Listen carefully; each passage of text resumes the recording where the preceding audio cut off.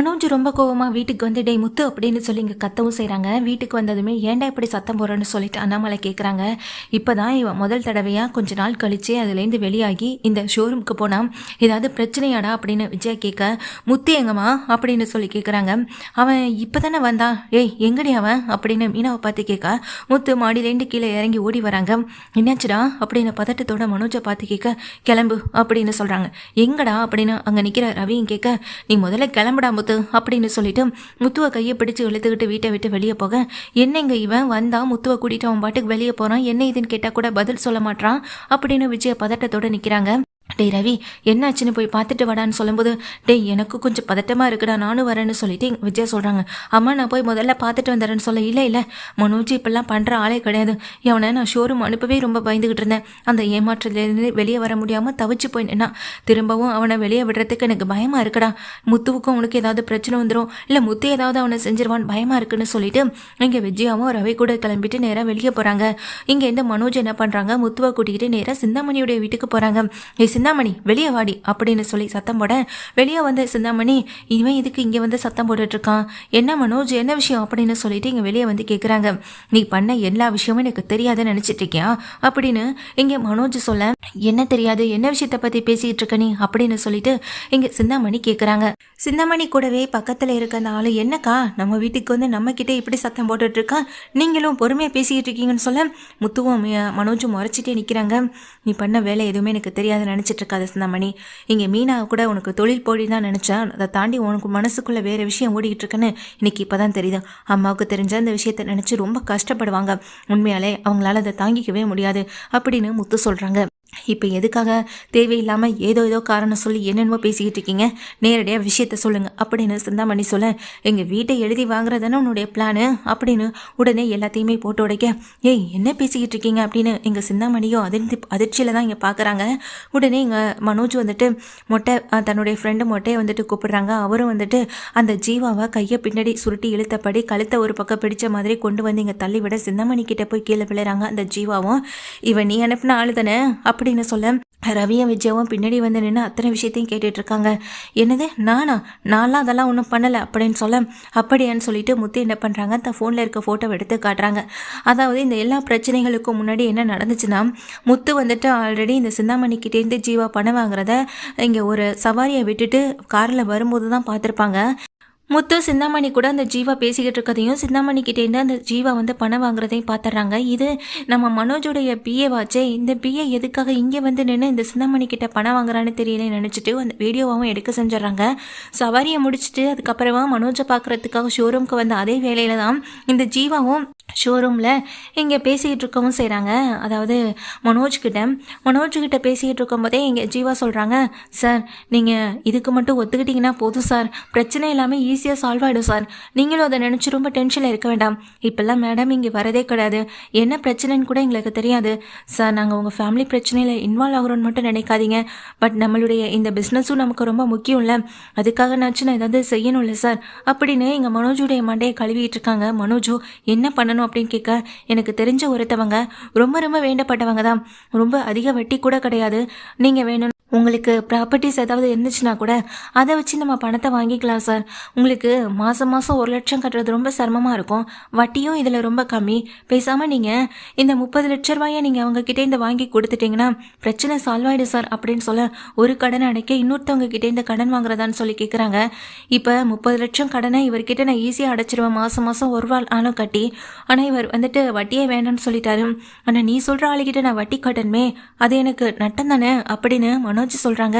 Sir அதை பற்றிலாம் நீங்கள் யோசிக்கவே வேணாம் சார், 30 லட்ச ரூபா அவங்க இப்போ கொடுத்துருவாங்க சார், முதல்ல நீங்கள் 6 மாதத்துக்குள்ளே இந்த 30 லட்ச ரூபாயை திருப்பி கொடுத்துட்டீங்கன்னா அதுக்கான வட்டி எதுவுமே அவங்க கேட்க போகிறதில்ல, அதுவும் இல்லாமல் மாதம் கட்டணுன்ற ஒரு டென்ஷனும் உங்களுக்கு இருக்காது, அது மட்டும் இல்லாமல் நம்ம ப்ராப்பர்ட்டியோடைய ஒரு டாக்குமெண்ட் அவங்கக்கிட்ட இருக்க தான் போகுது, ஸோ இதை பற்றி நீங்கள் எதுவுமே ஃபீல் பண்ண வேண்டிய சார், எனக்கு ரொம்ப வேண்டப்பட்டவங்க சார், அந்த ஃபினான்சியர்கிட்ட கூட நான் பேசிட்டேன் அப்படின்னு ஜீவா சொல்லிட்டு இருக்காங்க.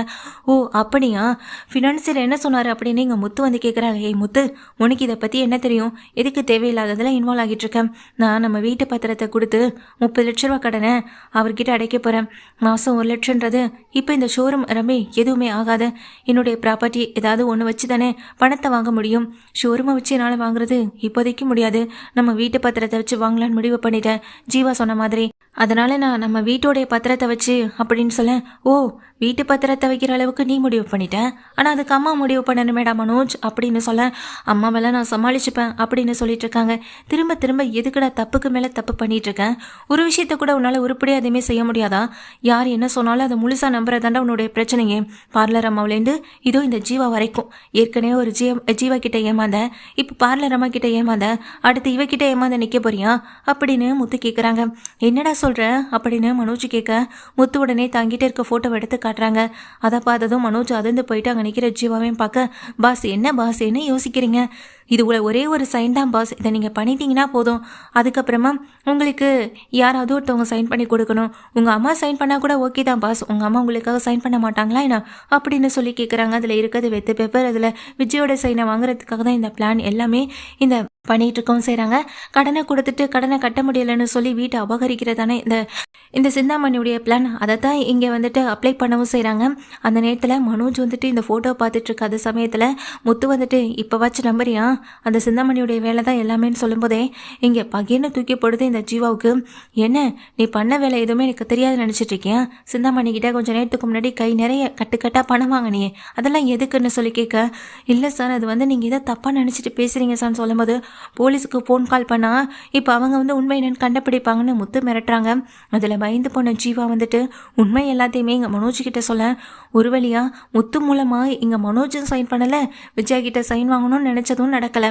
எப்படியாவது மனோஜை நடுத்தருவுக்கு கொண்டு வந்து அது மூலமாக தான் காரியத்தை சாதிக்கணும்னு நினச்ச சிந்தாமணிக்கு இப்போது அவங்க அனுப்பின அதாவது அவங்க ஏற்பாடு பண்ண ஜீவா மூலமாகவே எல்லாமே இங்கே எதிராக தான் நடக்கவும் செய்து இப்போ மொத்த பேருமே இந்த விஷயத்தை கேட்டுடுறாங்க. முத்துவும் மனோஜும் சொன்ன விஷயத்த, என்னையையும் என்னுடைய ஷோரூமையும் மொத்தமாக சாய்க்கணும், இதான் உன் பிளானா, இல்லை எங்கள் அம்மாவுடைய வீட்டை எழுதி வாங்குறதா உன்னுடைய பிளானா அப்படின்னு சொல்ல, அதான் சொன்னிச்சே இந்த ஜீவா நம்ம கிட்ட, நம்ம ஷோரூமை விட நம்ம வீடு தான் இதுக்கு ஒரே உறுத்தலாக இருக்கும் போல், நம்ம வீட்டை அம்மா கிட்டேருந்து அபகரிக்க தான் இப்படிப்பட்ட ஒரு பிளான் அப்படின்னு சொல்லும் போதே இதெல்லாம் கேட்டுட்டு இருக்க விஜயா நேரம் முன்னாடி வராங்க.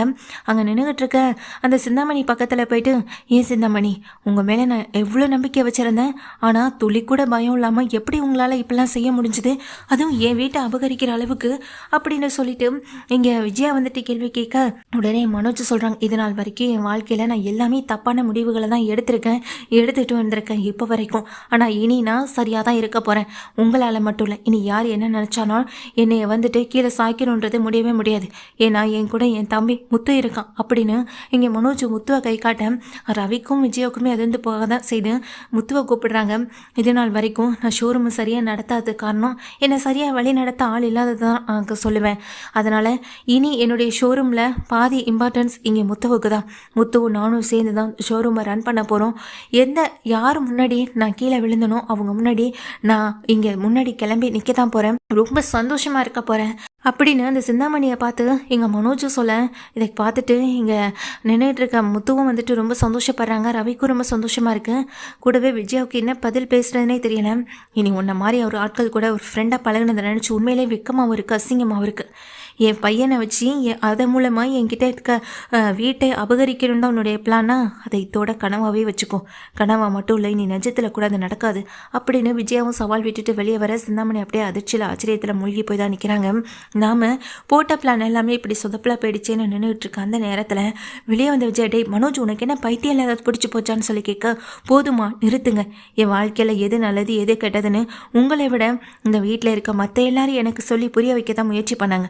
ஆனால் உங்கள் பேச்சை கேட்டு இப்போ நான் இந்த அளவுக்கு வந்து நின்றுக்கிட்டு இருக்கேன். முழுக்க இதுக்கு நீங்கள் மட்டும்தான் காரணம்னு சொல்ல முடியாது, நானும் ஒரு வகையில் காரணமாக தான் இருந்திருக்கேன். இனிமேல் என்னால் அப்படிப்பட்ட ஒரு மனோஜா வாழ முடியாது. அதுலேருந்து கொஞ்சம் மாற்றம் எனக்கு வேணும்னு நினைக்கிறேன். என் கூட ரவியும் முத்துவும் இருக்காங்க. இவங்க 2 பேரும் எனக்கு துணையாக இருந்தால் போதும். என்னுடைய பிஸ்னஸில் நான் கண்டிப்பாக ஜெயிப்பேன். யாரோ ஒருத்தவங்களை நம்பி பிஸ்னஸை நடத்துறதுக்கு கூடவே இருக்குது, இவங்களை நம்புறதுல ஒன்றும் தப்பு இல்லைம்மா அப்படின்னு மனோஜ் சொல்லும்போது விஜயா வாயடைச்சு போய் நிற்கிறாங்க.